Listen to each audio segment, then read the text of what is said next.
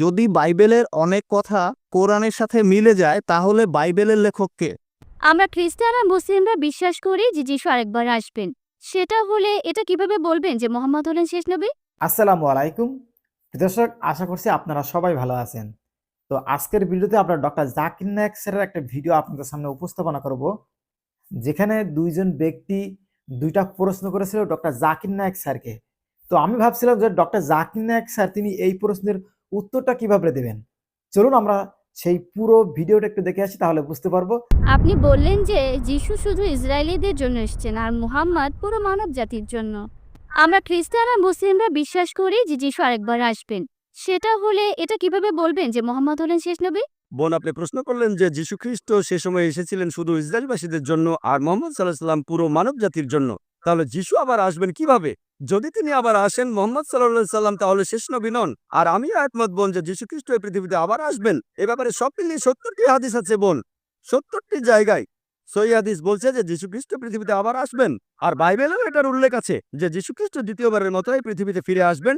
তবে পবিত্র কোরআনে এই কথা আছে, সূরা আহজাবের 40 নম্বর আয়াতে এই কথা উল্লেখ আছে, كان محمد أبا أحد من رجالكم রাইট। ولكن رسول الله وخاتم النبيين। যে মুহাম্মদ তোমাদের মধ্যে কোনো পুরুষের পিতা নন, বরং সে আল্লাহর রাসূল এবং তিনি হলেন সর্বশেষ নবী।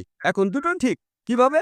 দুটো কথাই ঠিক, কারণ ঈসা আলাইহিস সালাম তিনি আবারও আসবেন। তিনি কি জন্য এই পৃথিবীতে আসবেন? তিনি একমাত্র নবী যাকে আল্লাহ জীবন্ত তুলে নিয়েছেন। আল্লাহ সুবহানাহু ওয়া তাআলা তার কোন রাসূলকেই জীবন্ত অবস্থায় তুলে নেননি। পবিত্র রাইট। কোরআনে সূরা নিসার 158 নম্বর আয়াতে উল্লেখ করা হয়েছে যীশু খ্রিস্টকে জীবন্ত অবস্থায় তুলে নেওয়া হয়েছে। 157 নম্বর আয়াত বলছে, ما قتلوه وما صلبوه ولكن شبه لهم। তারা তাকে হত্যা করেনি, ক্রুশবিদ্ধও করেনি, কিন্তু তাদের মধ্যে এমন বিভ্রম সৃষ্টি হয়েছিল। যারা এই বিষয়ে মতভেদ করেছিল তাদের মনেও সংশয় ছিল। إلا اتباع الظن তারা শুধু অনুমানই করতে পারে, وما قتلوه يقينا। এটা নিশ্চিত যে তারা তাকে হত্যা করেনি। 158 নম্বর রাইট। আয়াত বলছে যে আল্লাহ সুবহানাহু ওয়া তাআলা তাকে নিজের কাছে নিয়ে গেছেন। আমরা মানি যিশু মারা যাননি। এমনকি বাইবেলও বলে যিশু খ্রিস্ট জীবিত ছিলেন। হাদিসে এই কথা বলে আর বাইবেলও বলে। তবে আমরা যেটা মানি, আল্লাহ সুবহানাহু ওয়া তাআলা যিশু খ্রিস্টকে নিজের কাছে জীবিত তুলে নিয়েছিলেন, কারণ তিনি হলেন মহান স্রষ্টার একমাত্র প্রেরিত দূত, যার অনুসারীরা ভাবে যে তিনি আসলে ঈশ্বর। আর কোন রাসূল নেই। আদম, নূহ, মুসা, ইব্রাহিম, আইজায়া, ইসহাক, সলোমন, তারা সবাই শান্তিতে থাকুন, এই নবীদের অনুসারীরা কখনো বলেননি যে তাদের নবী নিজেকে ঈশ্বর বলেছেন।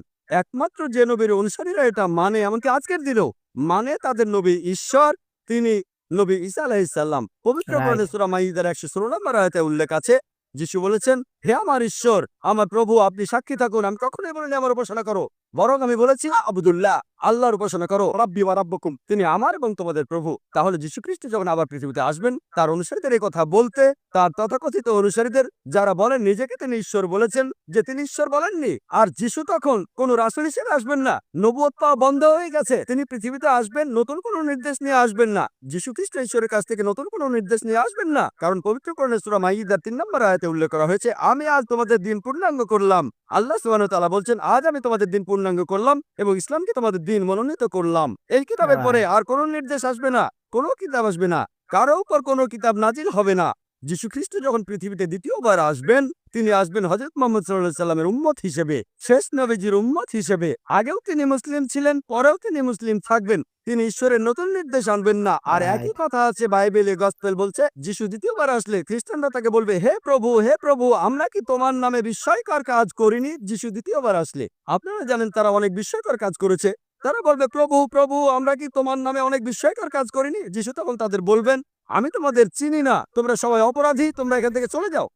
আমি এই কথাটা বলছি না, গসপেল বলছে যে যিশু দ্বিতীয়বার আসার পরে বলবেন, তোমরা সবাই অপরাধী, আমি তোমাদের কাউকে রাইট। চিনি না, তোমরা সবাই পাপী মানুষ, তোমরা এখান থেকে চলে যাও, আমি তোমাদের চিনি না। তিনি কাদের বলবেন? মুসলিমদের, হিন্দুদের বলবেন। তিনি একথা খ্রিস্টানদের বলবেন, যারা বলবে আমরা আপনার নামে বিস্ময়কর কাজ করেছি। বাইবেলের রাইট। কথা বলছে যে যীশু খ্রিস্ট পৃথিবীতে দ্বিতীয়বার এসে বলবেন, এখান থেকে তোমরা চলে যাও, তোমাদের সবাই অপরাধী, তোমাদের চিনি না। তাহলে যীশু দ্বিতীয়বার এসে তিনি তার অনুসারীদের বলবেন, আমি নিজেকে ঈশ্বর বলিনি, বরং আমি বলেছি আবুদুল্লাহ, আল্লাহর উপাসনা করো, রব্বি ওয়া রাব্বুকুম, আমার প্রভুই তোমার প্রভু। ওয়া আখিরু দাওয়ানা রাইট। কোরআন আল্লাহ তাআলার পবিত্র গ্রন্থ, এটা লিখেছেন আল্লাহ নিজেই। যদি বাইবেলের অনেক কথা কোরআনের সাথে মিলে যায় তাহলে বাইবেলের লেখক কে? যেহেতু বাইবেল আগে এসেছে, কোরআন সেখান থেকেই লেখা হয়েছে, অনেক কিছু নকলও করা হয়েছে। দয়া করে এটার একটা উত্তর দিবেন। প্রথম প্রশ্নের ব্যাপারে বলতে গেলে, যে পবিত্র কোরআন যদি আল্লাহর বাণী হয়, আর বাইবেলের অনেক কথা কোরআনের সাথে যদি মিলে যায়, তাহলে এই বাইবেলের লেখককে আল্লাহ তাআলাই কি বাইবেল লিখেছেন? আমরা বিশ্বাস করি যে কোরআন আল্লাহ তাআলার বাণী। এখন যেটা কোরআনের কথার সাথে মিলে যায়, সেই অংশটাকে আমরা আল্লাহর বাণী বলে মেনে নিতে কোনো রকম আপত্তি করব না।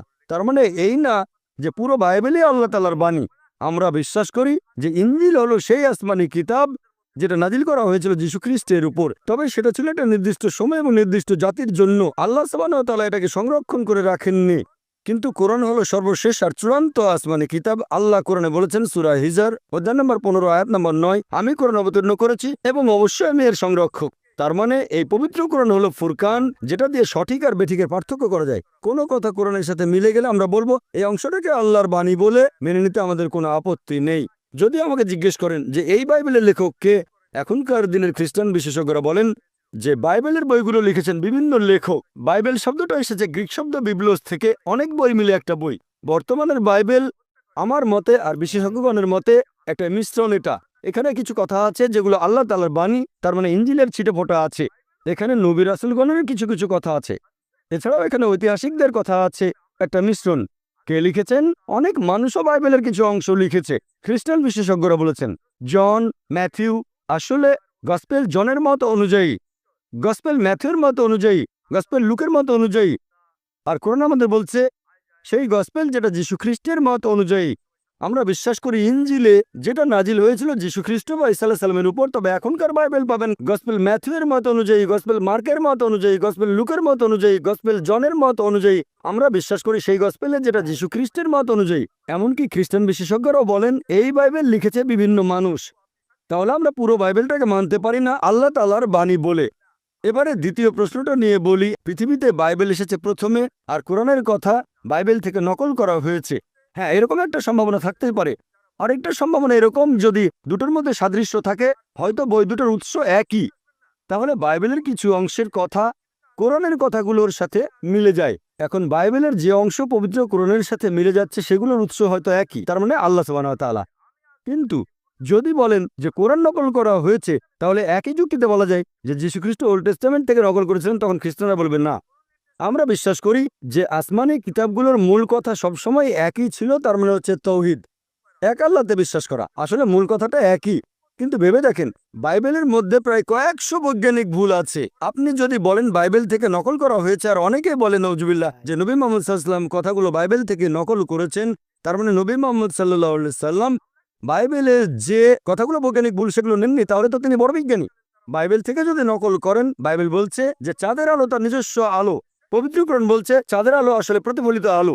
বাইবেল বলছে জেনেসিস অধ্যায় 1 অনুচ্ছেদ 16 থেকে 19 চাঁদের আলো তার নিজস্ব আলো। আর কোরআন বলছে সূরা ফুরকান অধ্যায় 25 আয়াত নম্বর 61 চাঁদের আলো হচ্ছে প্রতিফলিত আলো। তাহলে নবী মুহাম্মদ সাল্লাল্লাহু আলাইহি সাল্লাম তিনি বাইবেল থেকে নিয়ে সেটা শুধরে দিয়েছেন, আর বললেন না এটা নিজস্ব আলো না প্রতিফলিত আলো। এটা সম্ভব না। কোরআনে এমন অনেক কথা আছে যেটা বিজ্ঞান জেনেছে কিছুদিন আগে। কোরআন সেটা 1400 বছর আগে বলেছে। কোন মানুষের পক্ষে এগুলো লেখা সম্ভব না। কোরআনে যে কথাগুলো আছে কোরআন কখনোই নকল করা হয়নি। এজন্য আমার ভিডিও ক্যাসেট দেখেন বিজ্ঞানের আলোকে কোরআন ও বাইবেল, সেখানে বিস্তারিত জানতে পারবেন। সেখানে আমি প্রমাণ করেছি যে কোরআন বাইবেল থেকে নকল করা হয়নি। কোরআন হচ্ছে ফুরকান, যে মানদণ্ড দিয়ে সঠিক আর বেঠিকের পার্থক্য করবো। আশা করি উত্তরটা পেয়েছেন। দেখেন ডক্টর জাকির নায়েক স্যারের বক্তব্য শুনে কিন্তু বুঝতে পারলাম যে মহান আল্লাহ তাআলা ডক্টর জাকির নায়েক স্যারকে কিন্তু বিশেষ নিয়ামত দান করেছেন, যার কারণে তিনি এভাবে অমুসলিমদের প্রশ্নগুলো খুব সুন্দরভাবে দিতে পারেন। আলহামদুলিল্লাহ। তো এই ছিল আজকের ভিডিও। দেখাবো অন্য কোনো ভালো একটি ভিডিওতে। আসসালামু আলাইকুম ওয়া রাহমাতুল্লাহি ওয়া বারাকাতুহু।